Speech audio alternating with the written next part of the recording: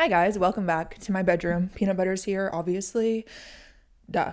I'm in a different sweater because literally I would have worn my other one, but I spilled coffee on it completely. Like when I say I spilled coffee on it, like there was not an inch of that polyester fabric that wasn't doused in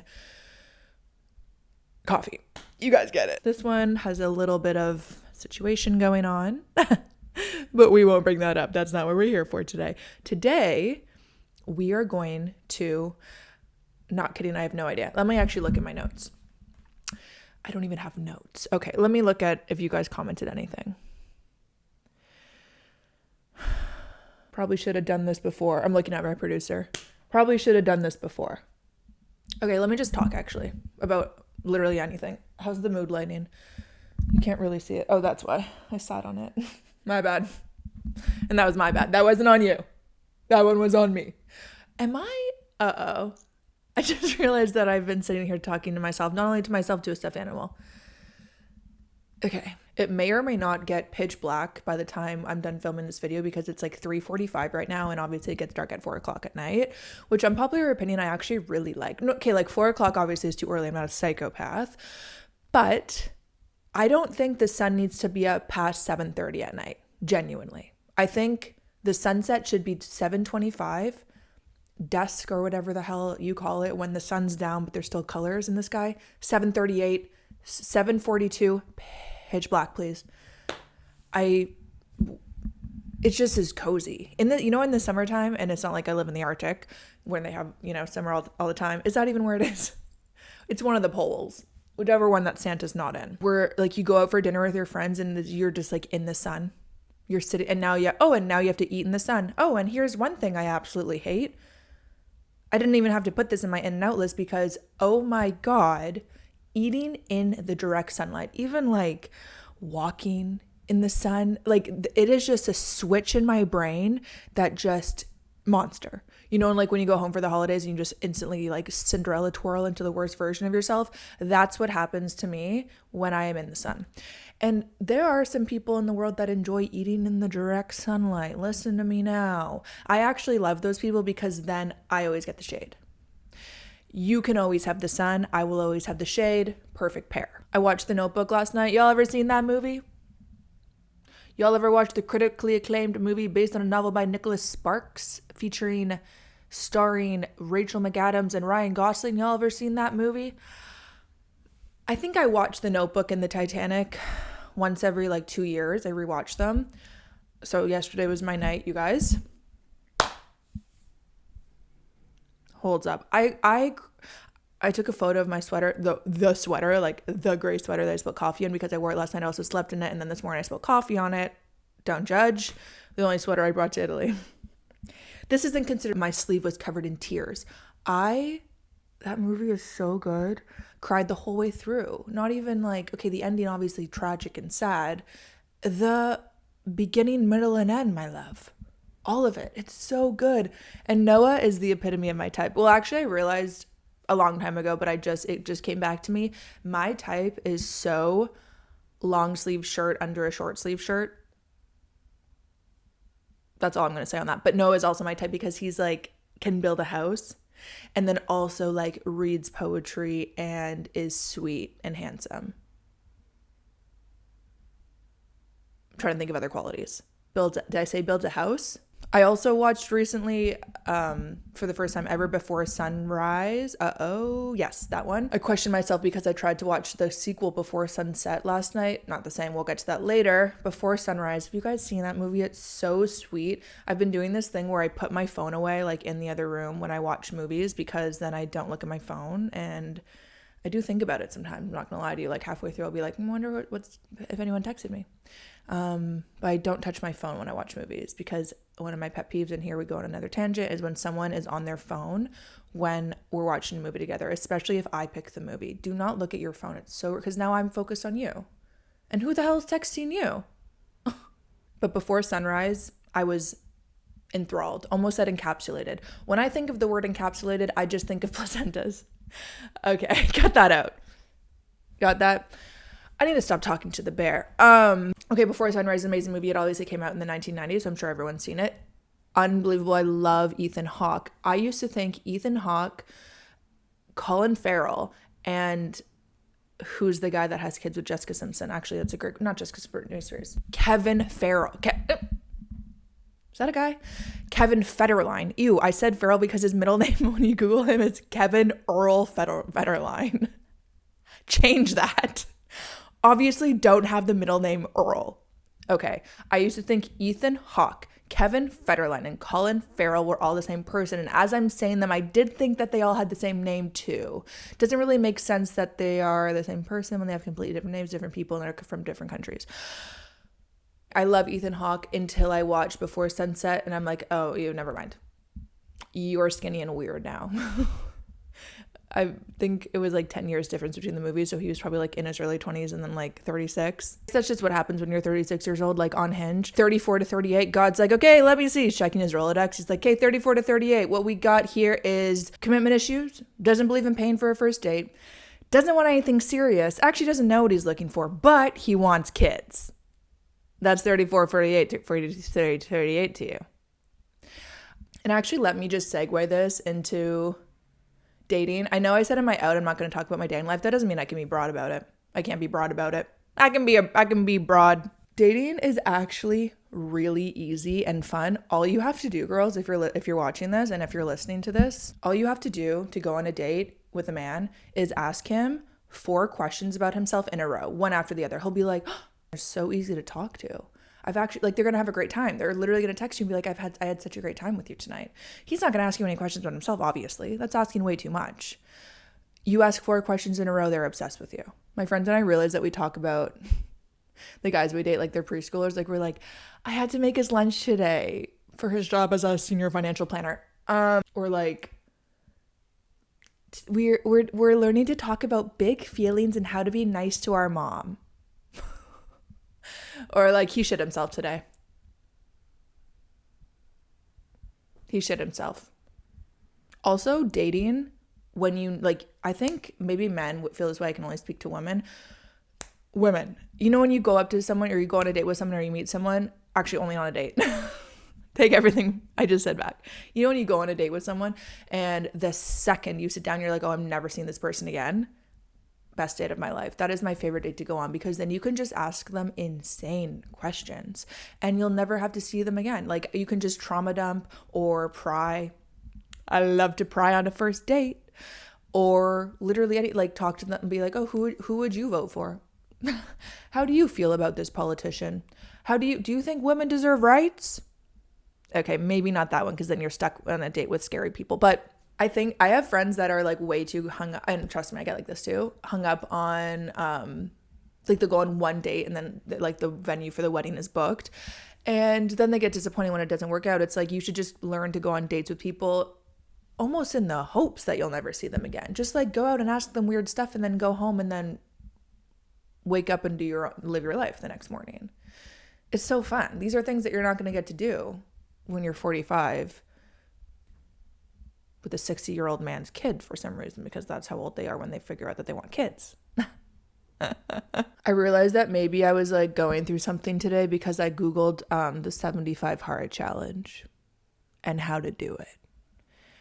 I think my Google search lasted 8 seconds when it said work out twice a day. No, close the tab. To me, 75 hard is just live in the months of February and March. Survive the months from February 7th to April 9th. Live through those months without.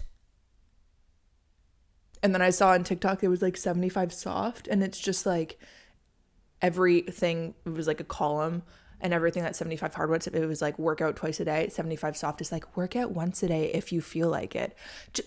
That's just waking up on a Tuesday. 75 soft is just like, just wake up on a Wednesday morning sometimes. 75 soft is like, oh, if you want to have breakfast, you should have breakfast. Okay. What is it in a name? I'm in a really wild mood today. I was super productive today. I got so many things done, edited 2 videos, and cleaned my apartment. Applied to jobs. I don't want to talk about that. I've been applying to jobs. Oh my God. I don't want a job. I don't want a job. The employer's watching this. Don't hire me. Just kidding. You can hire me if you want, but I don't know. It's like do you guys ever do this in the new year? Even when I had a job, January came, I'm applying to more jobs, babe. Like I'm on LinkedIn, like I'm on these websites, I'm looking. Okay, now that I'm done kind of talking in a circle and spiraling for, 17 minutes? You guys asked, I just opened up my Google to Kevin Earl Federline. What in the world? Oh, something crazy that I found out on TikTok, obviously. If you guys don't know, let me Google this to get the exact facts. Okay. Jack Nicholson. We know him. We love him. Some people love him. I don't really have a lot of feelings. That doesn't matter. How old do you think Jack Nicholson is? Because I watched a video on TikTok yesterday that blew my mind. Jack Nicholson is 87 years old. Jack Nicholson was born in 1937. Sorry? Why did I thought he was in the same camp as like Clooney and Pitt, me calling them by their last names, Clooney and Pitt and like Elba. I thought he was like 60, like maybe 58. How in the hell is this man almost 90 years old? Also, if you guys know Devin Lee Carlson, I'm obsessed with her. She's dating Jack Nicholson's grandson,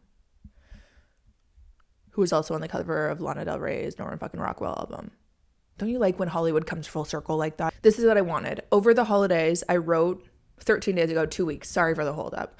I wrote if you guys had any questions for me or anything you want me to answer on the podcast. And so here we are, the podcast. I'm calling it a podcast now, guys. I love filming these videos. I feel like I get like my zoomies out. Baby girl 9434, I beg you to go through your astrology chart. I'm going to put my chart right here. It's a little bit scary. I'm Sagittarius through and through. Like I think all of my are Sagittarius. And I think I'm Gemini rising. I might be Gemini rising or Pisces rising. I think I'm Gemini rising though. I just know I'm like the first like 5 are Sagittarius. And I ain't effing scared of him. You wanna touch me? I'm going to stop saying people's usernames because they're getting hard now. But do you have any long-term plans of moving to another country? I don't think so. Unless like an amazing job or like I married someone who was like, we need to move to Ireland. I would move then. But in my own accord, no.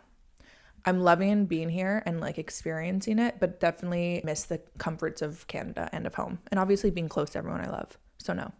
Okay, this girl who obviously I'm obsessed with wrote like 7 questions in one, so I'm going to answer one. She said, are there any things about living in Italy that you want to implement into your Canadian life or that you're going to miss at all? Okay, I can't like bring this into my Canadian life, but something that I love about Italy is there is no tax and there's no tipping. That has truly, just realized I sat up straight for the first time. Was I hunched over this whole time? That has truly changed my life. Obviously, not obviously, but I'm sure America is the same. Canadian taxes are so high. Like if you buy something for $25, it's actually like $27.99. If you buy something for $100, it's $117. Actually, I don't know how much tax is. We're not here for a tax podcast. And not tipping is also so nice. Okay, can you talk about your day today in Italy, how you get around, what you do for fun, some obstacles you have to overcome like language barriers, etc. To be honest, everyone speaks English here. I will go into stores and speak Italian to people, try to speak Italian, and they'll look at me and just like talk to me in English. So I haven't really found a language barrier, except there are some times that I don't speak their level of Italian, they don't speak English at all, and then we just have to like sign language, which I can talk with my hands. I'm fine with that. And how I get around, I walk everywhere. Florence is really small. Like sometimes I'm like, I want to get 10,000 steps a day. And then I'll leave my house and literally walk the whole city twice. And it's like 7,000 steps. But it's so nice to walk around. Okay, talk about overcoming being laid off. I mean, we can't read. Talk about overcoming being laid off. I think it's so cool. You seem to have put a positive spin on something that gets people really down. You are so cool for that. Hey guys, it's editing Maxine here. I feel like I answered this question in a really annoying way and I didn't get my point across. So what I wanted to say really was my ego and my self-worth have never been tied to a job. Like I understand that at jobs, when you do a really good job or you get a promotion, like it does boost your ego and it does increase like maybe your self-worth or whatever. But I've just always been able to separate myself with any of my work. I mean, I'm sure not always. I've definitely been like consumed by it and been like, if I don't get this promotion, I'm nothing. But I grew out of that. It really, like, a job is nothing without me, babe. Nothing without me. If you think a job can get a promotion by itself, no. I'm the reason. And I could go anywhere and do it. So that's just how I feel. Also, the situation where I got laid off recently, I mean, also the only time, so it's the only experience I can speak to. It was a mass department closure. Like, it was different than just getting laid off by yourself. I'm sure I would feel a different type of way if it was literally just me and like the rest of my team was all still there. But because it was everyone that I worked with and it wasn't personal, it's easy to be like, okay, what's next? Where are we going from here? It was nothing I could have avoided. And so it's easy for me to be like, let's go to Italy. I think I've also just been always a realistic thinker. Like, I am a problem solver. I've always just thought, if I get laid off, if I lose this job, I'll get another one. If I get married and it doesn't work out, I'll get a divorce. You know what I mean? Like, if my car breaks down and I can't drive it anymore, I'll ask the weird guy on my street to sell it for parts, and like, I'll ride my bike. Like, I'll find a solution. I'll live. I'll figure it out. We're not the generation that has to live in caves. So like, I'll use my hunter-gatherer skills for other situations. Mind you, between my realistic thinking, babe, I'm complaining. Oh, like, if my car breaks down, you're kidding. I will complain about it for months, but then I'll move on. I'll figure it out. You need both sides of your brain, and you need to be like, okay, how do I book a ride share? Like, what app do I download to fix this? So yeah, that's the real answer to my question. To your question. And actually, to your question. Would love to hear your perspective on dating as a 30-year-old. I think I mentioned it before, of like just being able to go on a date with someone and not fear, or like not be like, this is my person. Just go on a date with them and then be like, actually, no. I feel like the dates I've been on recently have been more like exciting, knowing that there are good people out there still. Sometimes I'm like me and my friends will joke, like, our husbands are married right now. Like, they're with their own families right now. Like, we just need to wait for them to get a divorce. Maybe not a great joke, but dating as a 30-year-old, it feels no different. Like, obviously way better than dating as a 20-year-old. Feels no different than like dating as an anything-year-old. Try not to like hear the timeline in your head and understand that you can do whatever you want. I think that consuming content, like when I watch Sex and the City or like Real Housewives of New York right now, all those women like got married and had kids in like when they were 40. Obviously it's harder to do that, like, you know, physically carry a child when you're 41, but it can be done. And I don't know. I just think like a lot of people just do things to check boxes. Like if they're like 35 and they meet someone that like is fine. I'm making all this up. I don't actually know someone like this, but you know, and they'll marry them and then have kids and then are like, wait. Okay, I'd love to hear what your dating red flags are and even red flags for friendship, since that's not often talked about. Happy holidays. Okay, I'm going to talk about the friendship one, not dating, because dating red flags are very like particular for you, for them, for they. For friendship red flags, first of all, I want to say that every friend you have is not going to be like your be all end all bestie, can't live without them, whatever. I think it's fine to have friends in any capacity that they're able to give it to you in. Like, I think I've talked about this before, but sometimes you meet someone and you get along really well when you like go for dinner with them, but then the next morning when you go for a coffee walk, you're like, I don't know if we really mesh as well. And that's fine. Doesn't mean that person can't be your friend. It just means like, okay, you know the capacity that you get along with this person and you appreciate them. Same with like the people that you go for a coffee walk with. Maybe you don't want to like go out clubbing with, you know what I mean? So I think it's fine to just have different like silos of friends. I think when it comes to really close friends, like of course you're going to have a few friends that do encapsulate, there it is again. I'm not going to say the word. Encapsulates. Everything, like a full 360, you could do everything with them. They're very rare, but something that I find I do subconsciously, because this is so specific, but it's something that really shows me who I can go to, and like in the chart, like the S level person that I can go to. Okay, imagine you're at the bar with your friends. Everyone's single. You're at the bar with your friends, you're all drinking, you're having a good time, you're all talking to guys, whatever. Like just doing stuff like everyone's happy and having a great time. What I look for in a friend and maybe this is selfish, but like I would do this for a friend, so to each their own. I want to know that I can go up to a friend unannounced if I'm like feeling any type of way and looking them in the eye and being like, I really have to get out of here. Like, can you come with me? And them without asking, leaving with me. So specific, I know, but that is, and like think about it, because I definitely have friends that I love so much and I would do anything for that wouldn't respond like that. Even if they're like hesitating or like, really, like, can I just call you an Uber? Like, I don't think any of them would actually say that. But there's some people that are like, think of if your friends are really drunk and they're talking to a really cute guy. There's probably people that would be like, why, what's wrong? Like, wait, no, stay. We're all having so much fun. No. Like the closest to my heart are the people that would just like in an instant leave the bar with me. No questions asked. I'm not trying to be like super deep right now, but don't expect things from people if they can't give it to you. Love them for who they are, find your people, and then just like go to, you know what I mean? Like wide net. Okay, I think those are all my questions. I'm going to look back at edit this and realize that I forgot one. But it kind of works perfectly with the sun going down, ready for my evening walk. Thank you again for watching. As always, if you have anything you want me to ramble about, literally, I don't even know what I just talked about. I'm kind of nervous about it, but write them in the comments. You can DM me on Instagram. Literally, as I say, my online footprint is Bigfoot, so you can find me anywhere, babe. And I will see you guys in my next video. As always, you can't hide from me, babe. I'll find you. Open up your laptop. I'm there. Okay, bye.